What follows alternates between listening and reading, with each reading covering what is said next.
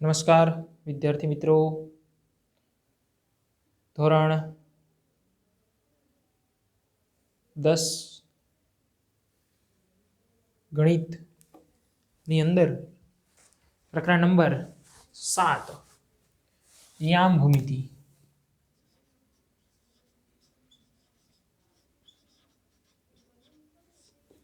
પ્રકરણ નંબર 7 યામ ભૂમિતિ. યામ ભૂમિતિની આજે આપણે શરૂઆત કરીશું. એની અંદર અમુક દાખલાઓ અને અમુક કોન્સેપ્ટ કે જે આપણે અગાઉ ભણી ગયા છીએ એના જે છે તમને અહીં આગળ કહેવાના છે. પ્રસ્તાવનાની અંદર શરૂઆત જે કરવાની છે એની અંદર તમારે કેવા કેવા સૂત્રનો ઉપયોગ કરવાનો છે એ દરેકે દરેક વિશે તમને માહિતી આપવામાં આવશે. ઓકે, ચાલો ભાગ નંબર 1 યામ ભૂમિતિ શરૂઆત કરીએ. તો કે આ જે છે એ આપણે ધોરણ 9 ની અંદર તમારે એક ચેપ્ટર આવતું હતું યામ ભૂમિતિ. એનું નામ પણ શું હતું? યામ ભૂમિતિ જ હતું. ચેપ્ટર નંબર 3 ની અંદર તમારે એવું કીધેલું હતું કે એને શરૂઆત રેને દ કાર્તે યામ ભૂમિતિની શરૂઆત કરેલી હતી, જેની અંદર દાખલા તરીકે આપણે આ જે છે એને કયો અક્ષ કહેવાય કે જેને આપણે એક્સ અક્ષ એવું નામ આપતા હતા. આ જે છે એક્સ અક્ષ છે અને આ જે છે કયો અક્ષ છે? તો કે વાય અક્ષ છે. અહીંયા નામ દેવા માટે અહીંયા એક્સ લખતા હતા, અહીંયા એક્સ ડેશ, અહીંયા વાય અને અહીંયા જે છે એ વાય ડેશ આપણે આવું કંઈક દર્શાવતા હતા. જેની અંદર આ જે છે એને આપણે પ્રથમ ચરણ અને આ જે છે એ દ્વિતીય ચરણ, આ જે છે એ તૃતીય ચરણ અને આ જે છે એ ચતુર્થ ચરણ. ટૂંકમાં પહેલું, બીજું, ત્રીજું, ચોથું, બરાબર છે. 4 ભાગની અંદર આપણે વિભાજિત કર્યા હતા. એક્સ અક્ષ અને વાય અક્ષ જે બિંદુની અંદર છેદે છે એને આપણે ઉગમ બિંદુ એવું નામ આપેલું હતું. શું નામ આપેલું હતું? ઉગમ બિંદુ, કે જેના યામ કેવા હશે? 0 0. કોઈ પણના તમારે યામ લખવા હોય તો એની અંદર આપણે પહેલા એક્સ લખતા હતા અને પછી વાય લખતા હતા. અહીંયા કોઈ પણ બિંદુ હોઈએ કયો, અહીંયા જે છે તમને પી આપેલો છે એ જે છે એ કોઈ પણ બિંદુ હોઈ શકે. ટૂંકમાં તમારે જે છે બિંદુના યામ કઈ રીતે દર્શાવવાના હોય? કોઈ પણ, હું અહીં લખું છું કે કોઈ પણ બિંદુના યામ આ રીતના પહેલા તમારે એક્સ લખવાનો હોય અને પછી જે છે વાય અક્ષ દર્શાવવાનો હોય, લખાય આ રીતે લખાય, બરાબર છે. હવે જુઓ, એની અંદર તમે આવું પણ જોઈ ગયા છો કે જેની અંદર આપણે શું લખતા હતા? જોઈએ આપણે અહીંયા જે છે એ 0 0 0 ઉગમ બિંદુનો યામ. અહીંયા આગળ 1 2 3 અપ ટુ n સુધીની વેલ્યુ હશે અને અહીંયા આગળ -1 -2, અહીંયા આગળ -3 આવી કંઈક વેલ્યુ n સુધી ચાલશે. ઉપર અહીંયા 1, અહીંયા 2, અહીંયા 3 અપ ટુ n સુધીની વેલ્યુ ચાલશે. નીચે -1 -2 -3 અપ ટુ n સુધીની વેલ્યુ જે છે એ ચાલશે. અહીંયા જે છે એક્સ એક્સ ડેશ વાય અને વાય ડેશ આપણે આવું દર્શાવતા હતા.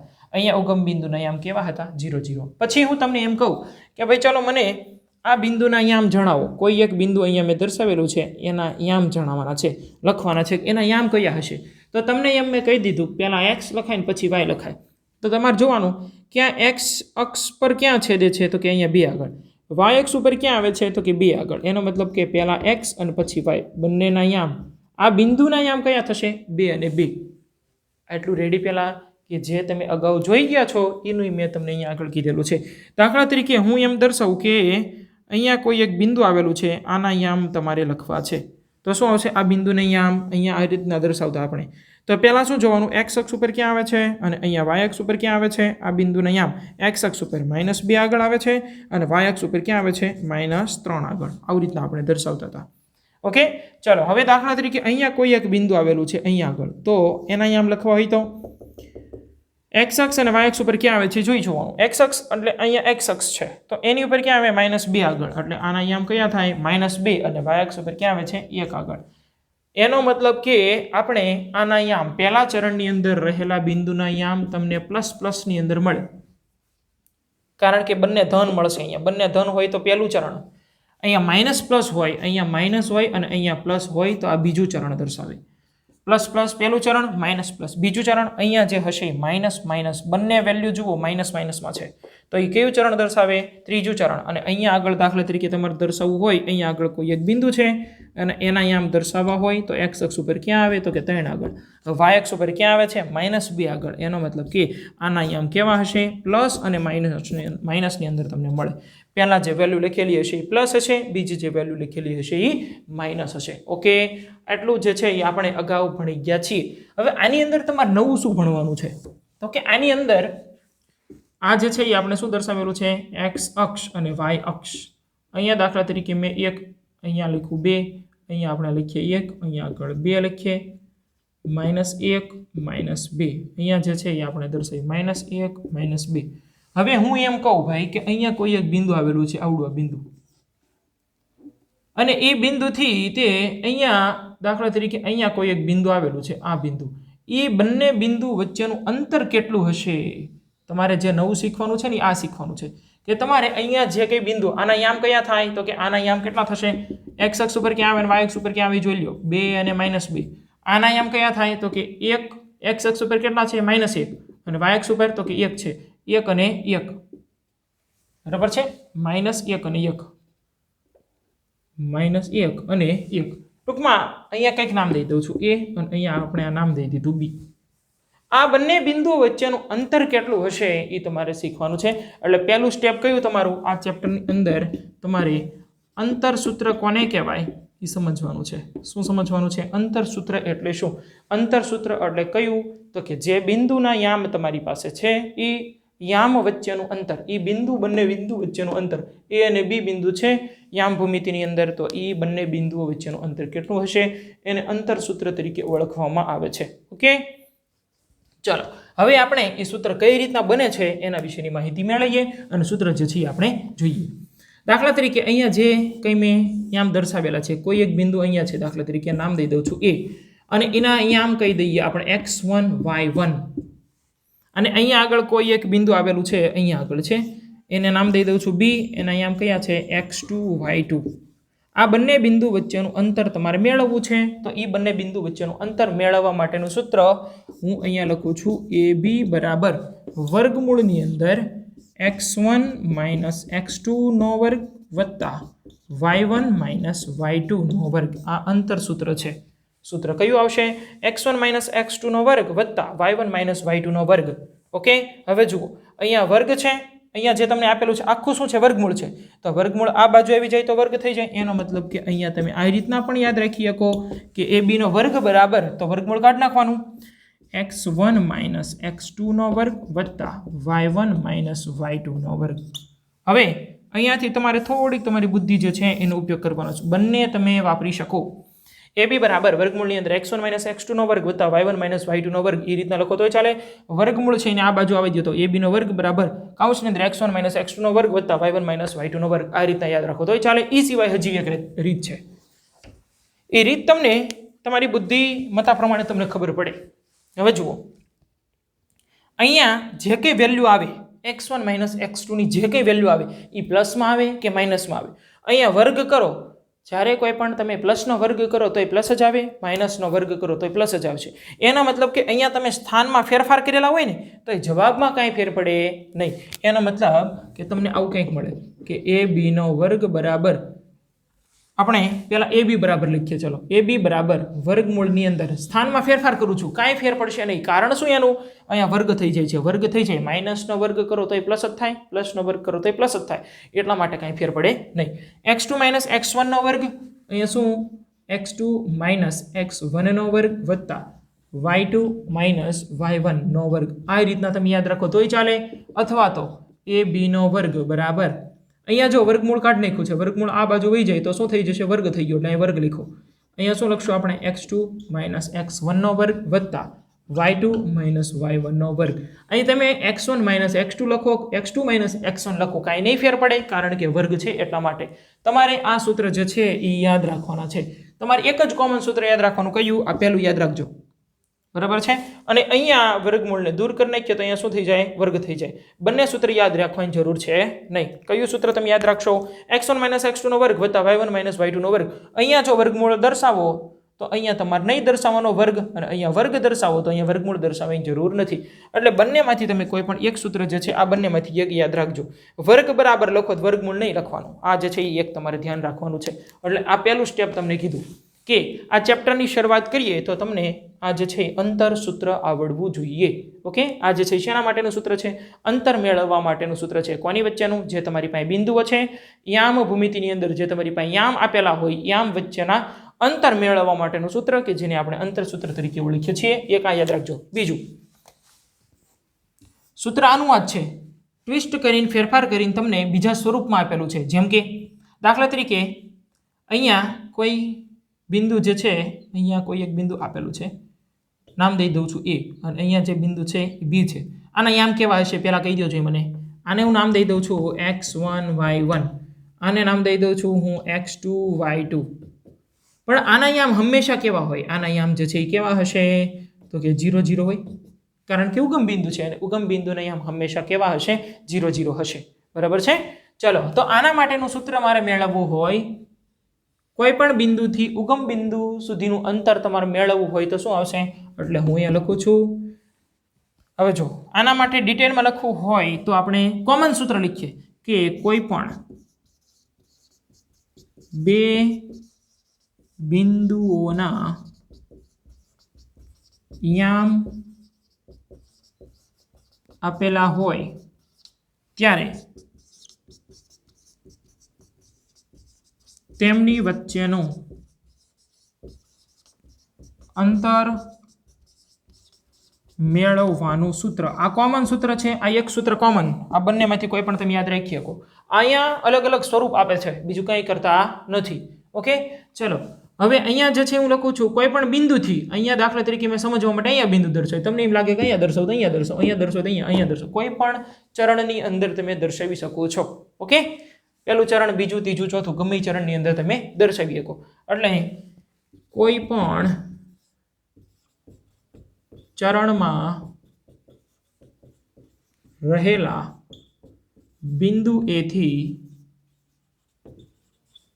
ઉગમ બિંદુ સુધીનું અંતર, ઉગમ બિંદુ સુધીનું અંતર મેળવવાનું સૂત્ર. તમે કદાચ આ યાદ ન રાખો તોય બનશે તો આના પરથી જ તે. બરાબર છે? જે તમને કોમન સૂત્ર કહી દીધું છે એ તમારે યાદ રાખવાનું છે. તમને એમ લાગે કે આ યાદ રાખું તો એ પણ યાદ રાખી શકો, કેમ કે સ્થાનમાં ફેરફાર કરો તો કાંઈ ફેર ન પડે, વર્ગ છે એટલા માટે. ઓકે, આના યામ કેવા હશે? 0 0 હશે. ઓકે, ચાલો હું લખું છું અહીંયા AB નો વર્ગ બરાબર x1 - x2 નો વર્ગ વત્તા y1 - y2 નો વર્ગ. તમારી પાસે યામ છે એનો ઉપયોગ કરવી છે આપણે. અહીંયા AB નો વર્ગ બરાબર, ચાલો શું થાય? x1 ની વેલ્યુ હંમેશા કેવી હશે? એની રીતે x1 - x2 ની કિંમત કેવી છે? 0 નો વર્ગ વત્તા અહીંયા શું આવશે? y1 - y2 ની કિંમત કેટલી છે? y2 ની વેલ્યુ 0, કારણ કે ઉગમ બિંદુ છે એટલા માટે. એનો મતલબ કે AB નો વર્ગ બરાબર x1 માં 0 બાદ કરીએ તો x1 નો વર્ગ વત્તા y1 નો વર્ગ. આવું થાય તો AB નો વર્ગ બરાબર વેલ્યુ મળે મને x1² વત્તા y1² થશે. એનો મતલબ કે AB બરાબર વર્ગમૂળની અંદર તમે યાદ રાખો તો પણ ચાલે. શું આવશે વર્ગમૂળની અંદર? અહીંયા વર્ગ હતો, ઓલી બાજુ ગયું તો વર્ગમૂળ થઈ ગયું x1² વત્તા y1². અથવા તો અહીંયા 1 ને 2 પણ ન લખો તોય ચાલે. તો આપણે કઈ રીતના લખી શકીએ? તો આ રીતના લખી શકીએ AB બરાબર વર્ગમૂળની અંદર x² વત્તા y². અહીંયા જે તમારી પાસે ઉગમ બિંદુ હોય, ઉગમ બિંદુથી જે તમને કોઈ પણ બિંદુ વચ્ચેનું અંતર મેળવવાનું કીધું હોય એના માટેનું આ સૂત્ર વર્ગમૂળની અંદર x² વત્તા y². શોર્ટકટ છે, એકદમ એક માર્કની અંદર પૂછી શકાય. તમને એમ કીધેલું હોય કે કોઈ એક બિંદુ આપેલું છે, અહીંયાથી ઉગમ બિંદુ સુધીનું તમારે અંતર મેળવવું છે, સૂત્રની અંદર કિંમત મેકો, જે આવે જવાબ. આ જે છે MCQ માટે કામ લાગે છે. શેના માટે? MCQ માટે તૈયાર કરવું. શેના માટે? MCQ માટે. ચલો હવે એના પછી જે છે આપણે થોડાક આગળ વધીએ. આ જે છે એ દાખલા તરીકે તમને આ x અક્ષ છે અને આ જે છે એ y અક્ષ છે. ચાલો હવે અહીંયા કોઈ એક બિંદુ આપેલું છે પહેલા ચરણની અંદર, બરાબર છે? અને અહીંયા x અક્ષ પરનું કોઈ એક બિંદુ આપેલું છે. તમારે આ બિંદુએથી આના નામ આના યામ કયા થશે અને આના યામ કયા થાય એ આપણે લખીએ છીએ. ધારો કે અહીંયા x1 y1 કહું પહેલાં અને અહીંયા કહું x2 y2 આવા થશે ને પહેલાં y2. ચલો હવે યામ કેવા હશે? જ્યારે x અક્ષ પરનું કોઈ પણ બિંદુ હશે, જુઓ અહીંયા x અક્ષ પરનું કોઈ પણ બિંદુ હોય ત્યારે એનો y યામ હંમેશા 0 હશે. આ યાદ રાખવાનું તમારે કે x અક્ષ પરના કોઈ પણ બિંદુનો y યામ હંમેશા 0 હોય. બરાબર છે? x અક્ષ પરનું કોઈ પણ બિંદુ હશે તો એનો y યામ હંમેશા કેવો હશે? 0 હશે. ઓકે, તો ચાલો એનો મતલબ શું થયો? એનો મતલબ કંઈક આવો થયો. દાખલા તરીકે તમારે આ બંને બિંદુ વચ્ચેનું અંતર મેળવવાનું છે. બરાબર છે? આ બિંદુ વચ્ચેનું અંતર તમારે મેળવવાનું છે. બરાબર છે? તો તમારે સૂત્રની અંદર કિંમત મૂકી દો. અહીંયા y ની જગ્યાએ હંમેશા શું આવશે? 0 આવશે. બરાબર છે? આ એક તમારે યાદ રાખવાનું છે. હવે તમને એમ કે ભાઈ કે ઉગમ બિંદુથી આનું આ એક હજી તમને કહી દઉં. દાખલા તરીકે તમને આવું આપેલું છે. એ રીતના આ વિધાન તમારે યાદ રાખવાનું છે, એનો ઉપયોગ થશે. અને હજી તમને થોડુંક વધારે હજી કહીશ. ઓકે, x અક્ષ પરનો કોઈ પણ બિંદુનો y યામ હંમેશા કેવો હોય? 0 હોય. અને તમને એમ કીધેલું હોય આ બિંદુ માટે આના યામ કેવા હશે? તો આના યામ લખવા હોય, આ કયા અક્ષ પરનું બિંદુ છે? y અક્ષ પરનું. y અક્ષ પર ગમે ત્યાં, અહીંયા x અક્ષ ઉપર ગમે ત્યાં, અહીંયા હોય, અહીંયા હોય, અહીંયા હોય, ગમે ત્યાં હોય. એ રીતના y અક્ષ ઉપર અહીંયા હોય, અહીંયા હોય, અહીંયા હોય, અહીંયા હોય, ગમે ત્યાં હોય. y અક્ષ પરની વાત કરતા હોય ત્યારે એનો x યામ હંમેશા 0 હશે. એટલે અહીંયા y યામ 0 હોય એટલે આની વેલ્યુ x1 અને 0 તમને આ રીતના મળે. બરાબર છે? અને y અક્ષ પરનું બિંદુ હશે તો હું અહીં લખી નાખું છું કે y અક્ષ પરના કોઈ પણ બિંદુનો x યામ હંમેશા 0 હોય. એનો મતલબ કે y અક્ષ પરનું બિંદુ છે તો એને x ની જગ્યાએ તમારે 0 મૂકી દેવાનું અને અહીંયા y ની જગ્યાએ જે છે તમારે 0 મૂકી દેવાનું. અહીંયા 0 અને y હોય, અહીંયા x ને 0 હશે. બરાબર છે? x ને 0 તમારી પાસે દર્શાવેલ છે. બરાબર છે? આ તમારે યાદ રાખવાનું છે. x અક્ષ પરનું કોઈ પણ બિંદુ હશે તો y યામ 0 હશે અને y અક્ષ ઉપરનું કોઈ પણ બિંદુ હશે તો એનો x યામ જે છે કેવો હશે? 0 હશે. ઓકે, એની પછી આ જે છે તમને અંતરસૂત્ર કીધું, એના ગુણધર્મ જે છે આપણે અમુક લખ્યા. અને હવે જે છે એ આપણે જે સમબાજુ ચતુષ્કોણની અંદર તમારે શું સાબિત કરવાનું હોય, સમાંતર બાજુ ચતુષ્કોણ હોય તમારે શું સાબિત કરવાનું હોય, એના માટેની માહિતી જે છે એ મેળવવાની છે. તો ચલો શરૂઆત કરીએ આપણે. ટૂંકમાં ગુણધર્મ કેવા હોય ને, ચોરસ તમારે સાબિત કરવું હોય તો ચોરસની અંદર કેવા કેવા ગુણધર્મ, તમને ગુણધર્મ લખાવડાવું છું. ઓકે, ચલો જોઈએ આપણે હવે. ચાલો હવે આપણે આગળ વધીએ. આ જે છે એ તમારે તમારી પાકી બુકની અંદર નોંધ કરી અને પછી લખવાનું છે. શું કરવાનું છે? નોંધ કરી અને તમારે આગળ વધવાનું છે. હવે જુઓ, દાખલા તરીકે તમારે ચોરસ સાબિત કરવાનો હોય. અહીંયા તમે કયા સૂત્રનો ઉપયોગ કરશો? અંતર સૂત્રનો જ ઉપયોગ કરવાનો છે. ચોરસ હશે તો ચોરસના તમને શિરોબિંદુ આપ્યા હશે. રકમની અંદર શું કીધેલું છે? તમને શિરોબિંદુ આપેલા હશે કે a બરાબર આ બી, અથવા તો ન આપેલા હોય તો તમને નામનું આપેલા હોય, તમારા નામ દેવાના. દાખલા તરીકે તમને 4 યામ આપે છે અને એમ કીધેલું છે કે ભાઈ આ ચોરસ છે કે નહીં સાબિત કરો. તો ચોરસની અંદર તમને ભાઈ એના ગુણધર્મ ખબર હોવી જોઈએ. દાખલા તરીકે હું અહીંયા લખું a b c અને d. તો ચોરસની અંદર એના ગુણધર્મ કયા કયા હશે? એના ગુણધર્મ લખીએ છીએ આપણે. જે છે અહીંયા જે છે એ શું લખીએ છીએ ભાઈ? બધાયના ગુણધર્મો લખીએ છીએ. અને એના પરથી શું સાબિત કરવાનું છે ને એ આપણને ખબર પડે. તો ચોરસ હોય તો ચોરસની અંદર શું હશે? તો કે બધાય ખૂણા 90 ડિગ્રીના. બધાય ખૂણા કેટલા ડિગ્રીના હશે? 90 ડિગ્રીના હશે. બધી બાજુઓ કેવી હશે? બધી બાજુઓ સમાન હોય. એનો મતલબ કે અહીંયા લખીએ આપણે AB બરાબર BC બરાબર CD બરાબર AD થાય.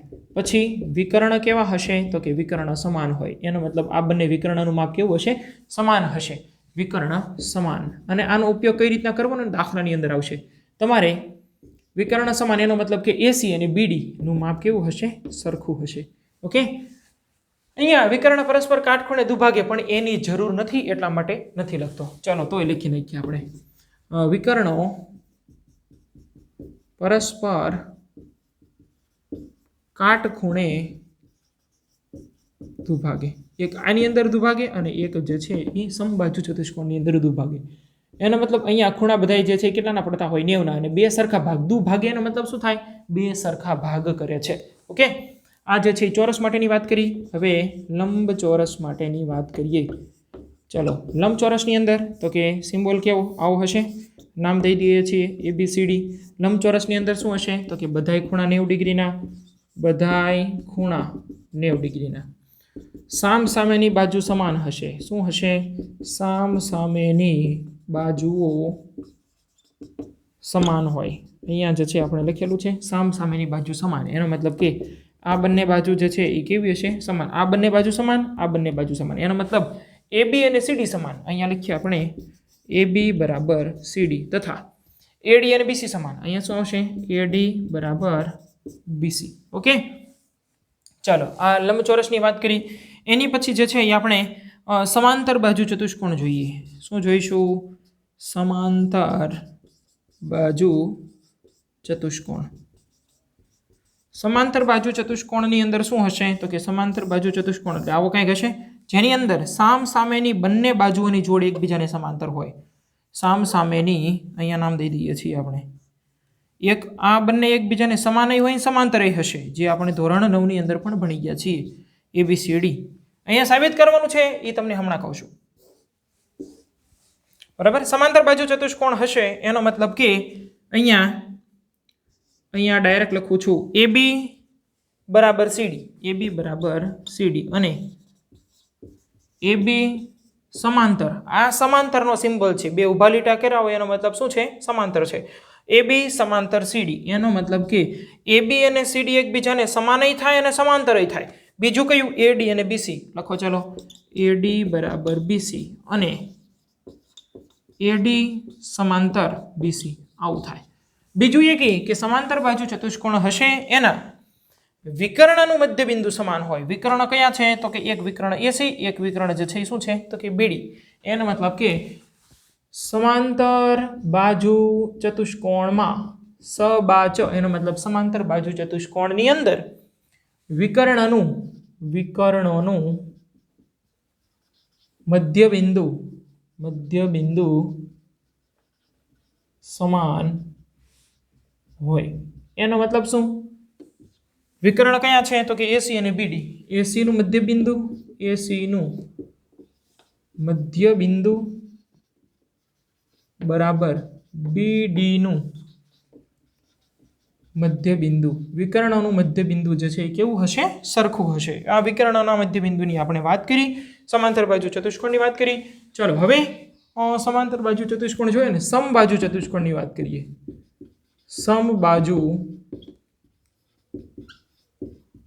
ચતુષ્કોણ.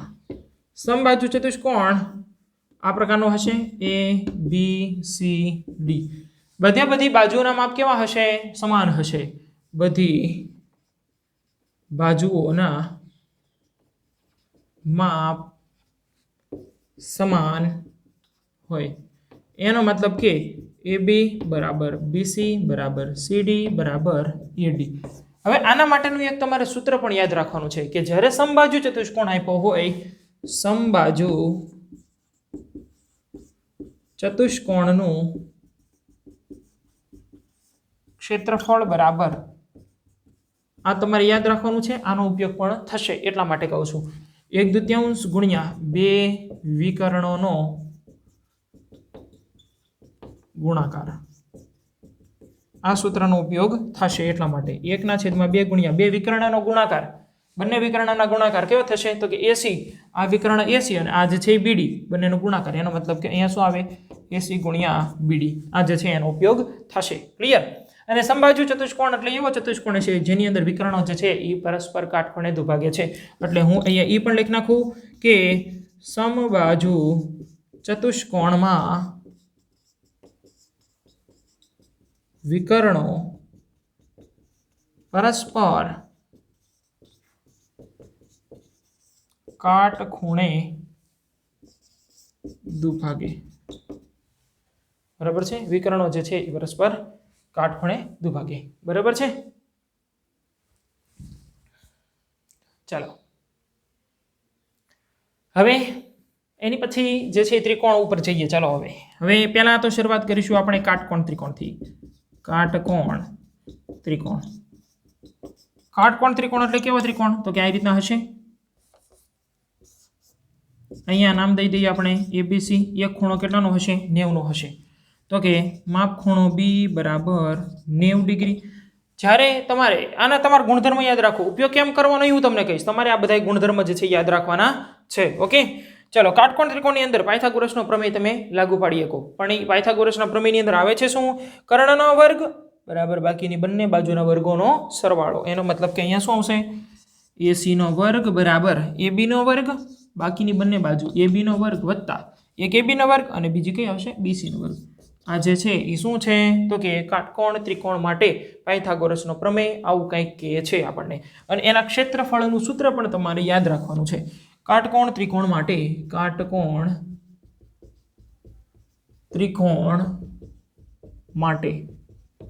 ક્ષેત્રફળ બરાબર 1/2 ગુણ્યા પાયો ગુણ્યા વેધ. બરાબર છે. પછી તમને એમ કે ભાઈ સમદ્વિબાજુ ત્રિકોણ. સમદ્વિબાજુનો મતલબ શું થાય? કોઈ પણ બે બાજુ સમાન હશે. શું આપેલું છે? કોઈ પણ બે બાજુઓ સમાન હોય. આ જે છે એનો ગુણધર્મ સમાન હશે. દાખલા તરીકે ત્રિકોણ આપણે લઈએ, ત્રિકોણ ABC. સમદ્વિબાજુ હશે તો કોઈ પણ બે બાજુની વાત કરી મેં. બરાબર છે. એનો મતલબ કે AB બરાબર AC not equal to BC. બરાબર આવું હશે કે જેની અંદર કોઈ પણ બે બાજુ કેવી હશે? સમાન હશે. જ્યારે ત્રીજી બાજુ કેવી હશે? અલગ હશે. એવું તમને દર્શાવ્યું. ચાલો હવે સમબાજુ ત્રિકોણ. સમબાજુ ચતુષ્કોણ આવી ગયો. સમબાજુ ત્રિકોણનો મતલબ શું થાય? બધી બાજુના માપ કેવા હશે? સમાન હશે. બધી બાજુઓ કેવી હોય? તો કે સમાન હોય. એનો મતલબ શું? એનો મતલબ આવો કંઈક. દાખલા તરીકે ત્રિકોણને આપણે એબીસી નામ દઈએ તો AB બરાબર BC બરાબર AC થાય. સમબાજુ ત્રિકોણ. હવે વિષમ બાજુ ત્રિકોણ બધી બાજુનો માપ અલગ હશે. એનો મતલબ શું લખશું આપણે? વિષમ બાજુ ત્રિકોણ હશે તો વિષમ બાજુ ત્રિકોણની અંદર બધી બાજુના માપ કેવા હશે? અસમાન હશે, અલગ અલગ હશે. ABC અહીંયા જે છે જે બાજુનું માપ અહીંયા હશે, અહીંયા ત્રણેય બાજુના માપ કેવા હશે? અલગ હશે. એટલે અહીંયા લખીએ ત્રણેય બાજુઓના માપ અલગ હોય. એનો મતલબ શું? અહીંયા આપણે આવું લખી શકીએ AB not equal to BC not equal to AC. ત્રણ બાજુના માપ જે છે કેવા હશે? અલગ હશે. હવે જુઓ તમને એક સૂત્ર આના માટેનું કહી દઉં. સમબાજુ ત્રિકોણ માટે તમે ક્ષેત્રફળનું સૂત્ર વાપરતા હતા. વર્ગમૂળમાં 3/4 ગુણ્યા બાજુનો વર્ગ. આ સૂત્ર તમારે યાદ રાખવાનું છે અને આનો ઉપયોગ પણ થશે.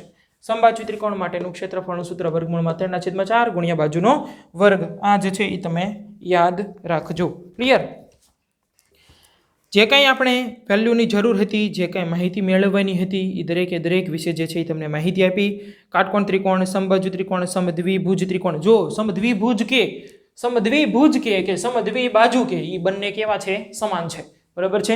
અથવા એમ કે ભાઈ કે વિષમભુજ અથવા વિષમબાજુ ત્રિકોણ એ બંને પણ કેવા છે? સમાન છે. ક્લિયર? કાટકોણ ત્રિકોણ જે છે એના માટેની આપણે વાત કરી.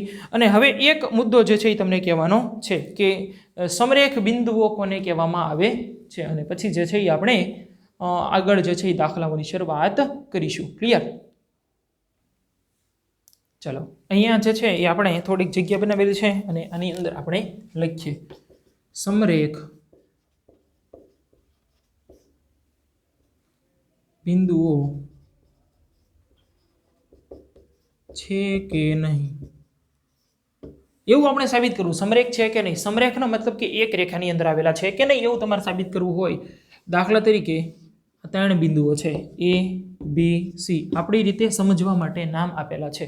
તો તમારે શું જોવાનું? આની અંદર સમરેખ છે કે નહીં એવું તમારે સાબિત કરવું હોય તો આમાંથી કોઈ પણ બેનું માપ સમાન હોવું જોઈએ. હવે જો કયા બે સમાન હશે? નામ તમને અલગ અલગ ગમે એ તમે આપી શકો છો સમજવા માટે. નામ તમને રકમ આપેલી હશે એની અંદર તમને ચોખવટ કરીને જ કીધેલું હશે કે ભાઈ આ નામ લ્યો, ન લીધેલા હોય તો આપણી રીતના નામ લેવાના. અહીંયા તમારે AB અને BC નું માપ જે છે એ કેવું થવું જોઈએ? બે બાજુનું માપ જે છે એ કેવું હોવું જોઈએ?